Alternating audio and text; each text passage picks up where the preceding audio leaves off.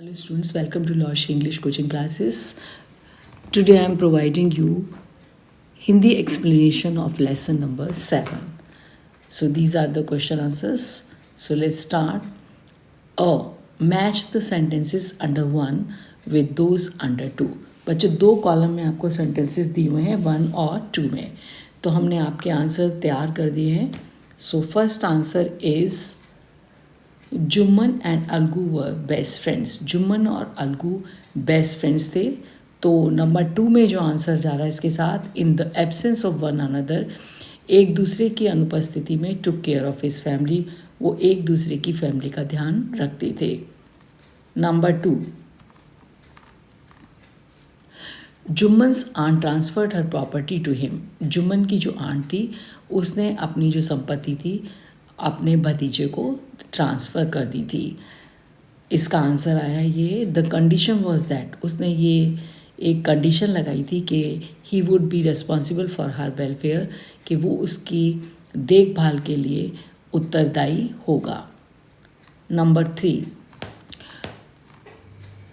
The aunt decided to appeal to the panchayat. Aunt ने निश्चय किया कि वह पंचायत में अपील करेगी. तो इसका आंसर जाता है शी वॉन्टेड जस्टिस, क्योंकि वो चाहती थी न्याय.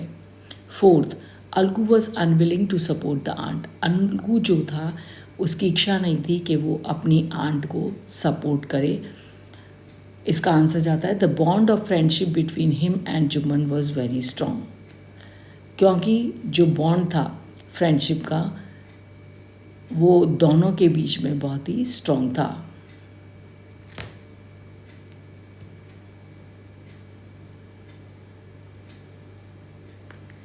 5th, Jumman was very happy to hear Algu's name as head panch. Jumman बहुत खुश था ये सुन कर के कि अलगू को हेड पंच के लिए चुना गया था. इसका आंसर है ही believed that his friend would never go against him. उसको ये पक्का विश्वास था कि उसका दोस्त कभी भी उसके विरोध में नहीं जाएगा. Now part B, who says to whom and why. अब आपको कुछ सेंटेंसेस स्टेटमेंट्स दिए हैं, तो उनको आपको बताना है किसने कहा और टू हुम किसके लिए कहा और वाई मीन्स क्यों. So first statement is my wife knows best how to run the house. मेरी पत्नी बहुत अच्छे से जानती है कि घर को कैसे चलाया जाता है. हु सेज किसने कहा ये, जुम्मन सेज. और टू हुम किसको कहा, टू हिज आंट उसकी आंट को. और वाई क्यों कहा, because he did not want to give allowance for her, क्योंकि वह उसके लिए भत्ता नहीं देना चाहता था खर्चे के लिए. So second, but it is right my son, परंतु ये सही है मेरे बेटे, टू कीप मम चुप रहना एंड नॉट से what you consider just and fair. जो तुम समझते हो कि जिसको तुम मानते हो कि जो सही है और उचित है. ये शब्द किसने कहे और किससे कहे, क्यों कहे. Jumman's aunt says these words to Algu. Jumman की आंट ने ये शब्द अलगू से कहे. क्यों कहे, she wanted him to speak the truth, क्यों वो चाहती थी कि वो सच बोले. But he did not want to go against his best friend Jumman, परंतु वह अपना जो सबसे पक्का मित्र था उसके विरोध में नहीं जाना चाहता था. थर्ड नंबर का स्टेटमेंट है, व्हाट हैव यू टू से इन योर डिफेंस. तुम्हें अपने डिफेंस के लिए, सुरक्षा के लिए क्या कहना है. ये किसने कहा इस स्टेटमेंट को और किससे कहा और क्यों कहा. Answer, Algu said these words to Jumman. ये शब्द अलगू ने कहे और किससे कहे थे, जुम्मन से. क्यों कहे थे, when he got the chance to act as head panch, जबकि उसको मौका मिला था एक हेड पंच की तरह काम करने का. फोर्थ स्टेटमेंट है, I can't pay you a penny for rest beast you sold me. ये साहू बोला. कौन बोला ये, आई कांट पे ए पैनी, मैं तुम्हें एक पैनी भी नहीं दे सकता उस दुष्ट जंगली जानवर के लिए जो तुमने मुझे बेचा था. ये स्टेटमेंट किसने कहा और किससे कहा, Sahu said it to Algu. Sahu ने इस स्टेटमेंट को अलगू से कहा. क्यों कहा, because the bullock died within month of purchase, क्योंकि जो बैल था वो 1 महीने के अंदर खरीदने के उसकी मृत्यु हो गई. And when Algu reminded him to return money. जब अलगू ने साहू को ये याद दिलाया कि वो उसको पैसा दे, साहू रिफ्यूज टू पे, साहू ने उसे पैसा देने से मना कर दिया।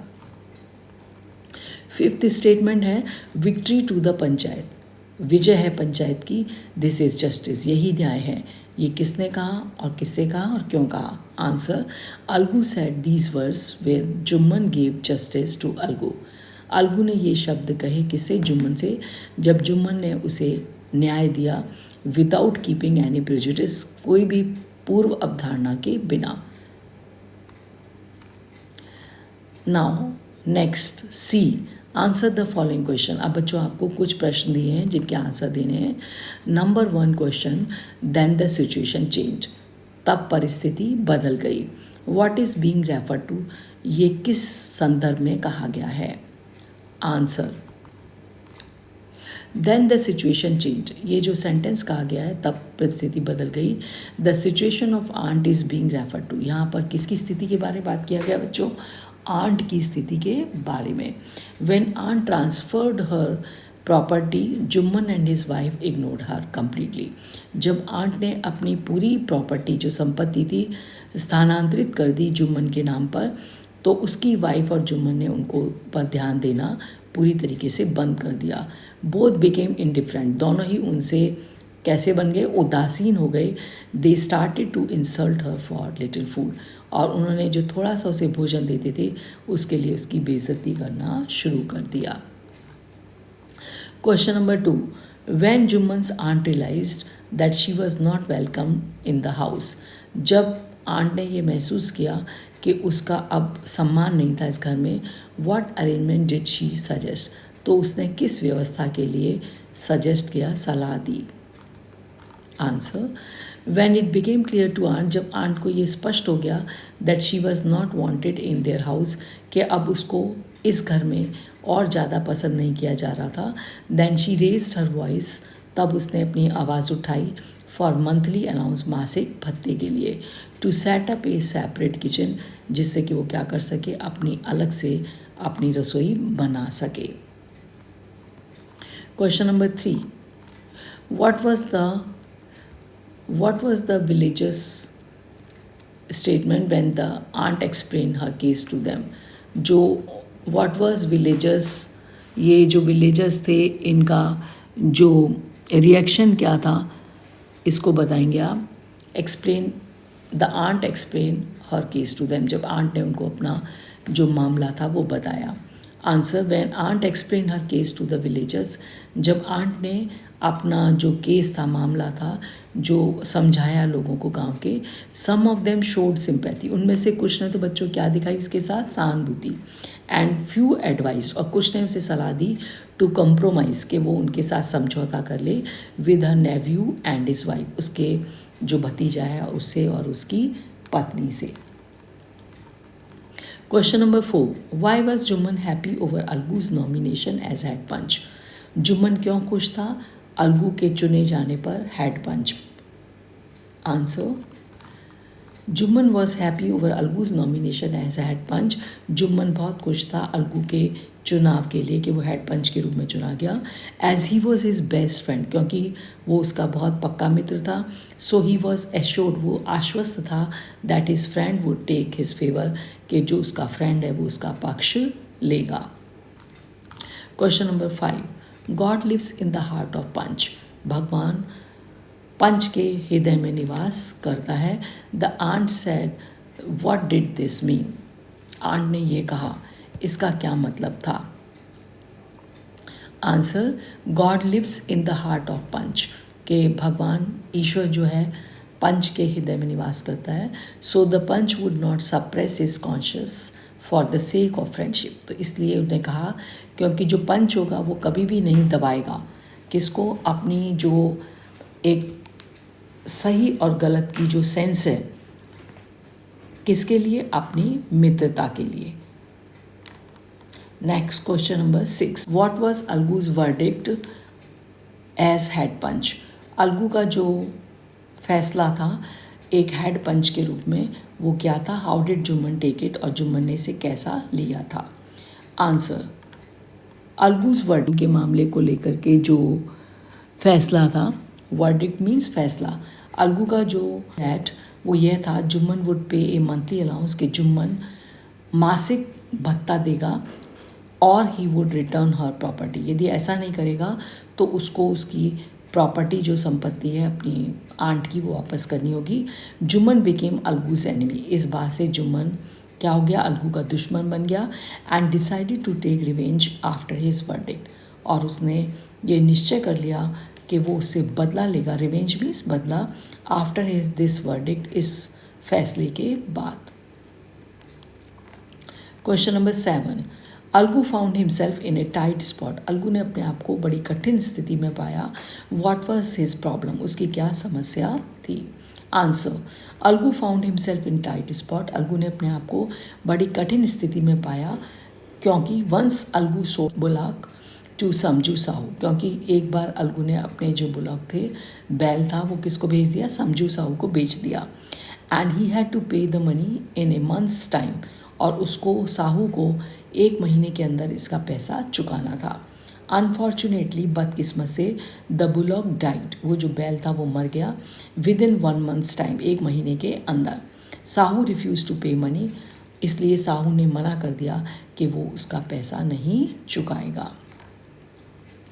Question number 8, why was Algu's upset over Jumman's nomination, Algu क्यों अपसेट था, परेशान था, जुम्मन के चुनाव के रूप में, जब जुम्मन को चुना गया था। Y was Algu's upset, Algu क्यों अपसेट था, ओवर जुम्मन्स नॉमिनेशन, जुम्मन के चुनाव के लिए जबकि उसे हेड पंच चुना गया। Answer, when Sahu propose the name Jumman as head panch, जब साहू ने प्रपोज किया नाम जुम्मन का हेड पंच के रूप में, अलगू गॉट अपसेट, अलगू परेशान हो गया, चिंतित हो गया। एंड थॉट, उसने सोचा, he would take his revenge, कि अब वो अपना बदला लेगा। The bond of friendship between them was already broken, क्योंकि जो उनकी दोस्ती थी, उसकी जो बॉन्ड था एक, वो उनके बीच में पहले ही टूट चुका था। Question number 9, what was Jumman's verdict, Jumman का क्या फैसला था एज हेड पंच के रूप में। How did Algu take it, Algu ने इसे कैसे लिया था। Answer, Jumman's verdict as head panch, Jumman का जो फैसला था हेड पंच के रूप में, वॉज वेरी रीजनेबल, वो बहुत ही सही था, रीजनेबल था। और एज ही आस, जैसे उसने पूछा, साहू टू पे मनी, साहू को कि वो पैसा दे, समझू साहू हैड रिफ्यूज टू पे मनी, लेकिन समझू साहू ने मना कर दिया कि वो पैसा नहीं चुकाएगा। जुम्मन स्टेटेड दैट, जुम्मन ने फिर कहा, अलगूज बुलॉक वॉज हेल्दी, कि अलगू का जो बैल था वो स्वस्थ था। व्हेन ही सोल्ड इट, जब उसने इसको किसको बेचा था, टू समझू को, जब समझू को उसने ये बेचा था। Unfortunately it died within a month of purchase, बदकिस्मत से इसकी मृत्यु हो गई उसको खरीदे जाने के 1 महीने के अंदर। Algu was very happy, Algu बहुत खुश था। एंड ही शाउटेड, और वो चिल्लाया, God lives in the heart of panch, कि ईश्वर का निवास पंच के हृदय में होता है। Question number 10, which of the following sums up the story best, ये जो 3 स्टेटमेंट्स दिए हुए हैं वक्तव्य, इनमें कौन सा इस कहानी को सबसे सही दर्शाता है। Number 1, I also know that you will not kill your conscious for the sake of friendship, मुझे मालूम है कि तुम अपनी सही और गलत का जो सेंस है उसको अपनी मित्रता के लिए नहीं क्या करोगे, विल नॉट किल योर, उसको तुम दबाओगे नहीं। दूसरा, let no one deviate from the path of justice and truth for friendship and enemy, किसी को भी अपने न्याय के मार्ग से और सच से नहीं हिलना चाहिए, पथ से नहीं भ्रष्ट होना चाहिए, फ्रेंडशिप या एनिमिटी को लेकर, दोस्ती या मित्रता को लेकर। तीसरा, द वॉइस ऑफ द पंच, जो वॉइस है पंच की जो आवाज़ है, is the voice of God, वो ही भगवान की आवाज़ है। आंसर है, give the reason for your choice, आपको इसके लिए रीज़न देना है, कारण देना है कि आपने इस स्टेटमेंट्स में से 3 स्टेटमेंट्स में से कौन सा स्टेटमेंट सही समझा। So answer is the second statement. तो सेकंड स्टेटमेंट जो है वक्तव्य है, sums up the story best, वही स्टोरी को सबसे ज़्यादा सही बताने में समर्थ है। The reason for my choices, जो कारण है मेरे इसको चुनने का, इज़ दैट वह है इज़ आवर मॉरल ड्यूटी, कि ये it is our moral duty, कि ये हमारा नैतिक कर्तव्य है, to support the truth and the path of justice, कि हमको किसका सपोर्ट करना चाहिए, किसका फेवर करना चाहिए, किसके पक्ष में बोलना चाहिए, सच और जो जस्टिस न्याय का रास्ता है, विदाउट एनी डिस्क्रिमिनेशन, बिना किसी भेदभाव के, बिटवीन फ्रेंडशिप एंड एनिमिटी। हमको उसमें कोई भी चीज़ को बीच में नहीं लेना है, ना फ्रेंडशिप को, दोस्ती को, ना ही दुश्मनी को। So this is the end of the question answers. Bye bye.